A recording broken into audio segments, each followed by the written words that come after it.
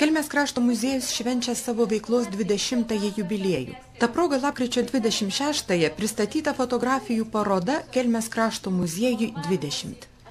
Kelmės krašto muziejaus direktorė Danutė Žalpienė renginio dalyviams sakė, jog nors muziejus su pertraukomis Kelmėje jau veikia nuo 1932, tačiau Kelmės krašto muziejaus gyvavimas skaičiuojame nuo 1990. Tais metais pasirašyto tuometinio Kelmės rajono valdytojo Izidoriaus Šimkaus dokumentu, kuriuo visuomeninis Kelmės kraštotyros muziejus reorganizuojamas į nuolat veikiantį Kelmės krašto muziejų. Fotografijų parodoje muziejaus veikla, edukaciniai, projektiniai darbai, muziejaus struktūra, filialų veikla, ekspozicijų kūrimas, rėmėjai, pagalbininkai, renginiai. Kelmės krašto muziejaus išskirtinumas tai čia veikianti Šiaurės Amerikos indėnų gyvenimo kultūros ekspozicija.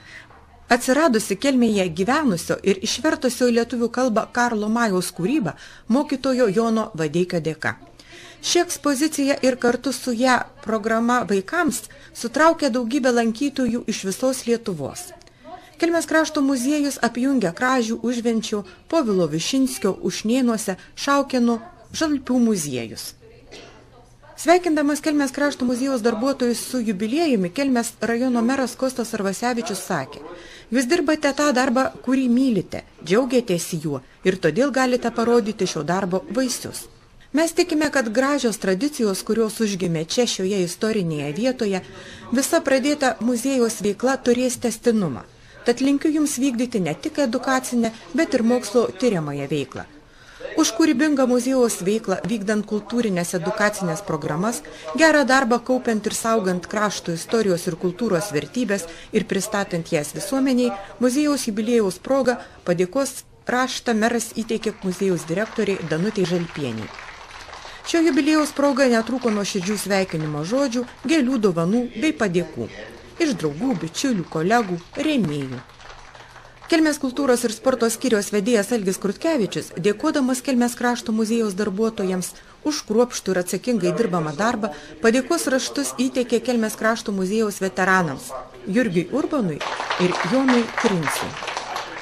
Kultūros paveldo departamento Šiaulių teritorinio padalinio vyriausiasis valstybinis inspektorius Zenonas Stundžia, sveikindamas muziejaus kolektyvą, sakė, jog pavadindamas jūs kolegomis turi tam mažiausiai dvi priežastis. Kultūros paveldo žmonės rūpinasi kultūros paveldu, kuris yra aplinkoje, išorėje, o muziejininkai tuo, kas yra viduje.